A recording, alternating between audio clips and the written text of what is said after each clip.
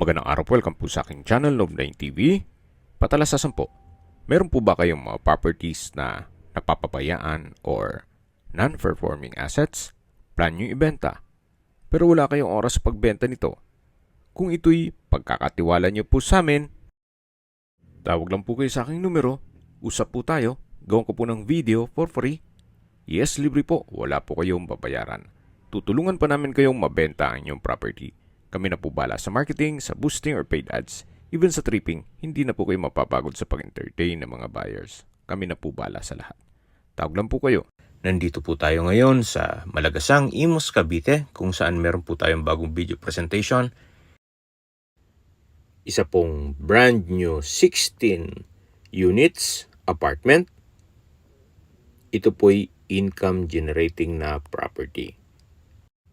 At sabi nga po nila, pag apartment po ang business nyo, ito'y walang lugi or lifetime business po ito. At ang kagandahan pa po dito, ito'y nasa flood-free area. Check po muna natin itong unit. So, meron po siyang maliit na gate. Ito po yung living room or salas. High ceiling. At meron pong kwarto sa taas. Naka-tile flooring na rin po siya. Maayos po ang pintura ng ceiling at wall. Meron din po malaking steel window. At mula naman po dito, ito yung dining area. Kung saan malaki naman ang spasyo. Maayos din ang pintura ng ceiling at wall. At naka-tile flooring din po. Ito naman po yung toilet and bath. Maayos din ang toilet fixtures.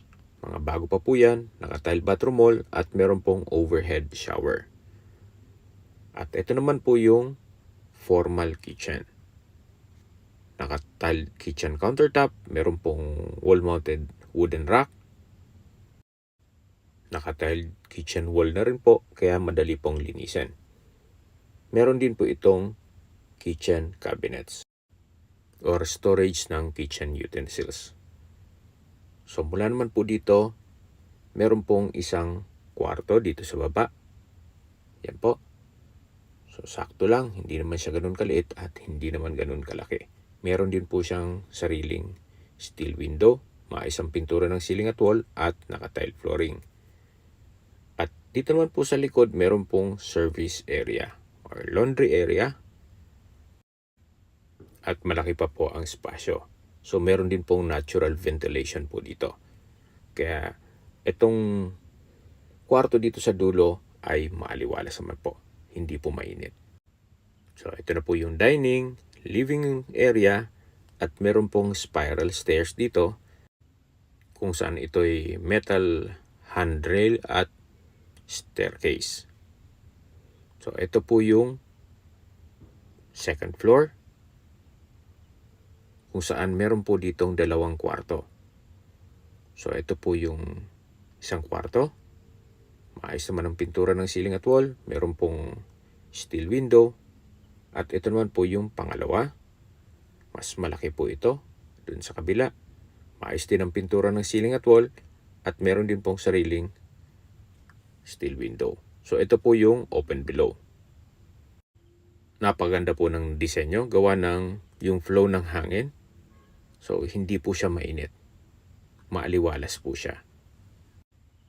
At mula po dito sa stairs, ito po yung living area. At yun po yung dining. Lalabas po tayo para check natin ibang parte nitong apartment. Ito naman po yung stairs papunta sa second floor. Naka-concrete staircase at concrete handrail at railing. So, akit po tayo. Samahan niyo po ako.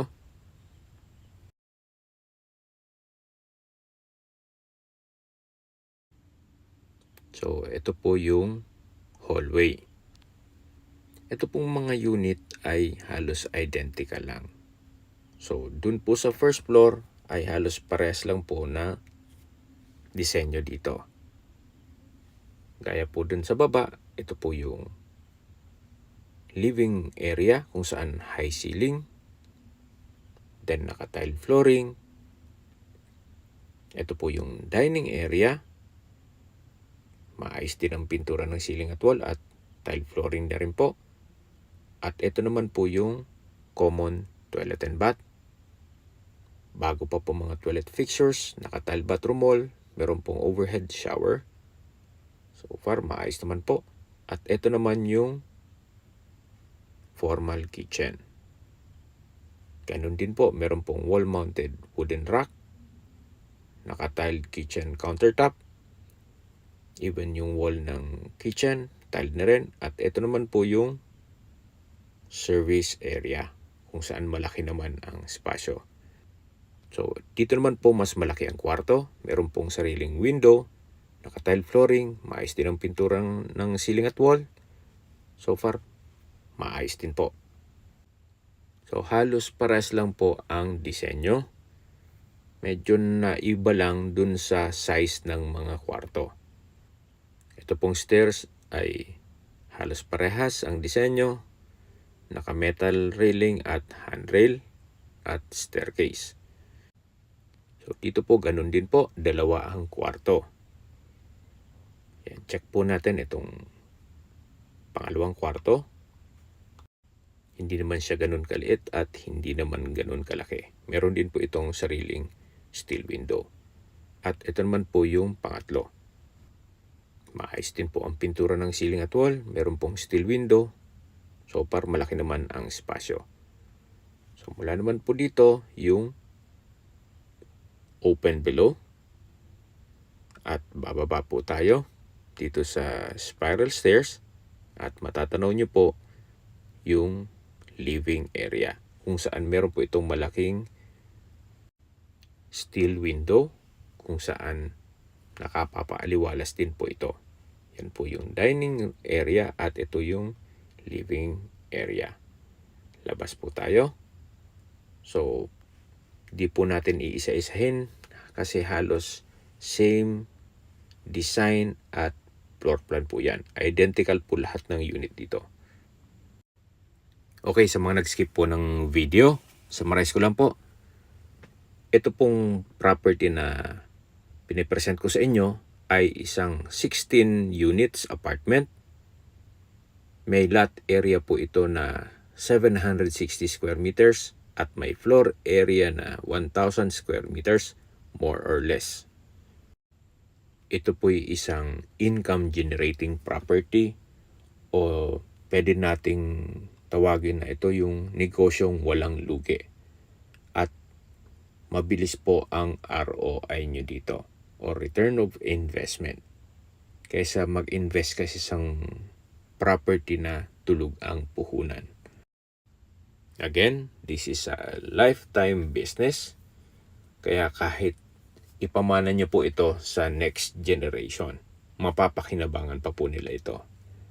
Kahit dumating po yung punto na magsawa na kayo sa pagpapaupa, pag binenta nyo ito, makakabalik na yung puhunan nyo at kumita po kayo sa monthly rental ng kada unit. So, ito po yung roof deck. Actually, pwede pa po kayong gumawa ng mga rooms dito. Gawa ng nakadesenyo naman po ito sa third floor. Okay, sa distance, location at travel time portion na po tayo. Ito pong property ay napakalapit lang po sa main road, sa public school, sa drugstore, talipapa, at iba pang business establishments. Accessible din po ito ng public transportation. Mula po sa Open Canal or Daang Hari Extension, ang distance is 650 meters at ang travel time is 9 minutes, kung saan connecting po ang Daang Hari Extension sa MCX, SLEX, Skyway, all the way to NLEX at ibang parte ng Metro Manila. Ganun po kaganda itong lokasyon, itong property. At mula naman po sa South Imos Specialist Hospital, ang distance is 1.2 kilometers at ang travel time is 8 minutes. At mula naman po sa Elizabeth Seton School, ang distance is 1.4 kilometers at ang travel time is 9 minutes. Mula naman po sa Shopwise at Pure Gold Aguinaldo Highway, ang distance is 2.7 kilometers at ang travel time is 10 minutes. Mula naman po sa District Mall Imus, ang distance is 2.3 kilometers at ang travel time is 9 minutes. At kung manggagaling naman po sa airport, ang distance is 27 kilometers at ang travel time is 53 minutes. Okay, sa presyo na po tayo. Binebenta po ito ni owner sa halagang 35 million pesos. So, big question mark sa inyo. Ba't ako mag-invest ng 35 million pesos sa isang apartment? Assuming na ang renta po, pinakamababang renta na ay 10,000 pesos per unit. Dito po sa 16 units, ang magiging income nyo monthly is 160,000 pesos. Gaya pong nasabi ko sa inyo, walang lugi po sa apartment business. At ito'y lifetime business. So anyway, yan po'y opinion ko lang naman. Depende pa rin yan sa inyo kung anong assessment nyo at kung sa tingin nyo, pasok naman to sa inyong budget. At kung sakali man po na gumanda ang takbo ng negosyo, dun po sa rooftop, pwede po kayong maglagay ng mga kwarto doon na pwede nyo pang paupahan. Or kung gusto nyo naman, dun sa rooftop, dun na ang residence niyo para at least na monitor nyo rin ito mismong apartment. Napakalawak pa po nun. Pwede po kayong maglagay ng mga ilang kwarto para sa inyo kung malaking pamilya kayo. Magandang investment po ito para sa inyong retirement. Kung may mga katanungan po kayo, tawag lang po kayo sa aking numero. Sa mga kababayan naman natin na sa ibang bansa, meron po akong WhatsApp, Viber at Telegram. Same number lang po, 0917-316-3399. Sa mga nagtatanong naman po ng aming Facebook, meron po aming Facebook page na Nov9TV at Facebook Real Video. Meron din pong TikTok at Instagram. May ibang YouTube channel po kami, the Nov9TV channel, Nov9TV Listings, Nov9TV On The Spot, Nov9TV Updates, at Nov9TV House Rental. Sana po naibigyan nyo ang video presentation. Paki-like and subscribe na lang po sa aking channel para ma-update din po kayo sa aking future listings. Kung sakali po hanap nyo yung mas malaking sukat ng lupa, meron din po kami ibang listings na pwede nyong pagpilian. Huwag po kayong mag-atubiling tumawag sa amin. Then, let us know your budget para malaman namin kung anong property pwede naming ilog sa inyo. Sa lahat pong viewers, subscriber at nagtiwala po sa amin, salamat po sa suporta. Ingat po kayo lagi at yung pamilya. Maraming salamat po.